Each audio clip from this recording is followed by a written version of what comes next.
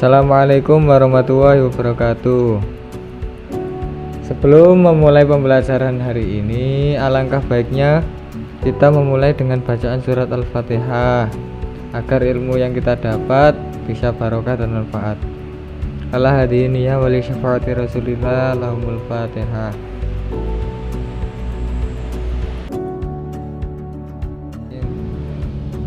Hari ini kita akan membahas tentang sejarah berdirinya dinasti Abbasiyah.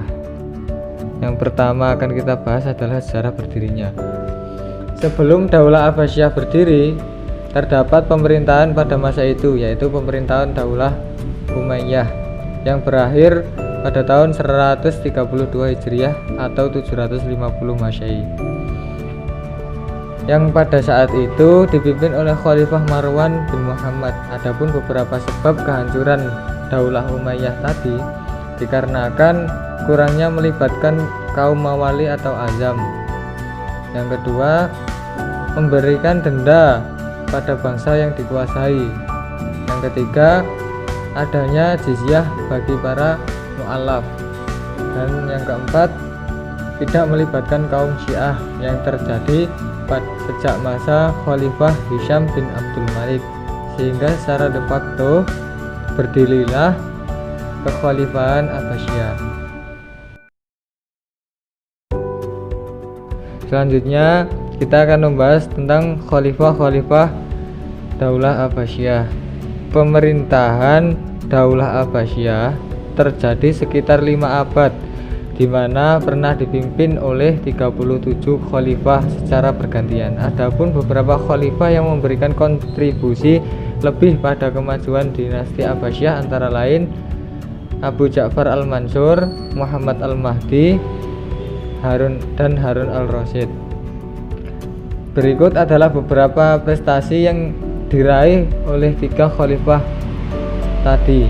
Yang pertama, Abu Ja'far al-Mansur yang menjabat mulai 754 sampai 775 Masehi. Beliau mengatur politik dan siasat pemerintahan Daulah Abbasiyah sehingga jalur pemerintah tertata rapi dan cermat, yang berimbas pada terjalinnya kerjasama erat antara pemerintah pusat dan daerah. Selanjutnya, Khalifah Muhammad al-Mahdi yang menjabat mulai dari 775 Masehi sampai 785 Masehi.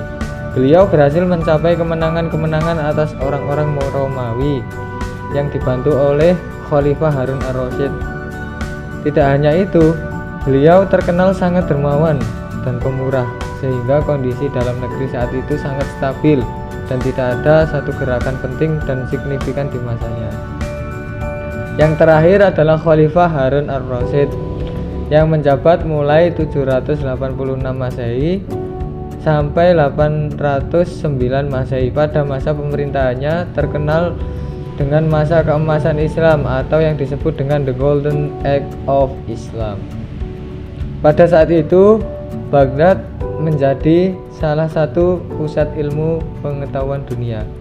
Perhatian Khalifah Harun al-Rasyid yang begitu besar terhadap kesejahteraan rakyat serta kesuksesannya mendorong perkembangan ilmu pengetahuan, teknologi, ekonomi, perdagangan, politik, wilayah, kekuasaan, bahkan peradaban Islam. Dan yang terakhir yang akan kita bahas hari ini adalah tentang kemunduran atau hancurnya Daulah Abbasiyah. Kemunduran atau hancurnya Daulah Abbasiyah terjadi karena beberapa faktor, yaitu faktor internal dan faktor eksternal. Berikut penjabarannya. Faktor internalnya disebabkan oleh gaya hidup mewah di kalangan penguasa, persaingan antar bangsa, kemerosotan ekonomi, dan konflik keagamaan. Nah, yang faktor eksternalnya adanya perang salib yang berlangsung beberapa gelombang atau periode yang menelan banyak korban.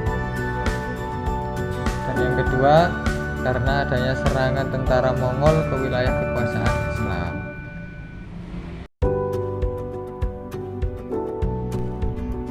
penyebaran wilayah Islam pada masa Daulah Abbasiyah. Di bawah kekuasaan Daulah Abbasiyah, daerah-daerah yang ditaklukkan oleh Bani Umayyah yang dipimpin oleh Abdurrahman Ad-Dakhil dikembangkan menjadi pusat-pusat peradaban Islam seperti Baghdad, Isfahan, Tabaristan, Ghaznah, Halab, Bukhara, dan lain-lain. Perkembangan wilayah Islam tidak semata-mata karena ambisi memperluas wilayah kekuasaan para khalifah, lebih peduli terhadap negeri tetangga yang ditindas oleh penguasanya. Maka khalifah terpanggil untuk menyelamatkan mereka sekaligus menguasai wilayah tersebut.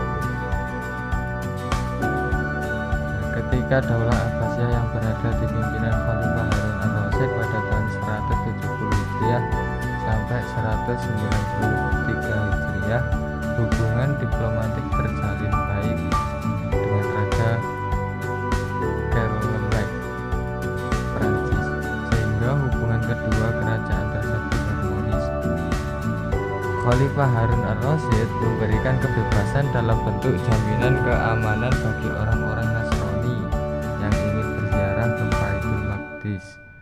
Hubungan tersebut sangat baik, terutama dalam muamalah dan saling menghormati dalam menjalankan ibadahnya masing-masing. Perkembangan peradaban dan ilmu pengetahuan pada masa Daulah Abbasiyah.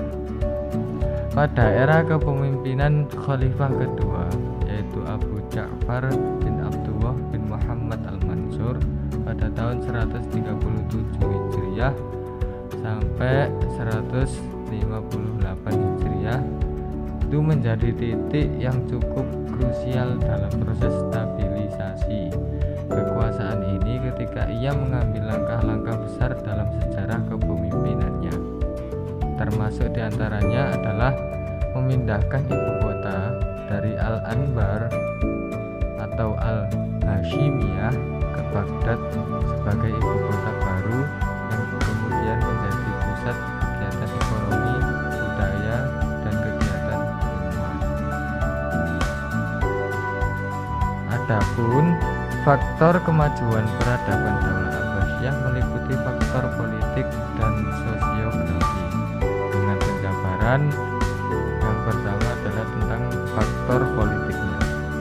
Yang pertama, pindahnya ibu kota negara dari Al-Anbar atau Al-Hashimiyah ke Baghdad yang dilakukan oleh Khalifah Al-Mansur. Yang kedua, banyaknya cendekiawan yang diangkat menjadi pegawai pemerintah dan istana. Sedangkan faktor sosiografinya, yang pertama karena meningkatnya kemakmuran umat Islam. Yang kedua, luasnya wilayah kekuasaan Islam menyebabkan banyak orang Romawi dan Persia masuk Islam dan kemudian menjadi muslim yang taat. Yang ketiga, terjadinya asimilasi antara bangsa Arab dengan bangsa-bangsa yang lain, lebih dahulu mengalami perkembangan dalam bidang ilmu pengetahuan. Dan yang terakhir, adanya gerakan penerjemahan buku filsafat dan ilmu dari peradaban Yunani dalam Baitul Hikmah, sehingga menjelma sebagai pusat kegiatan intelektual. Saya rasa cukup untuk pembelajaran hari ini.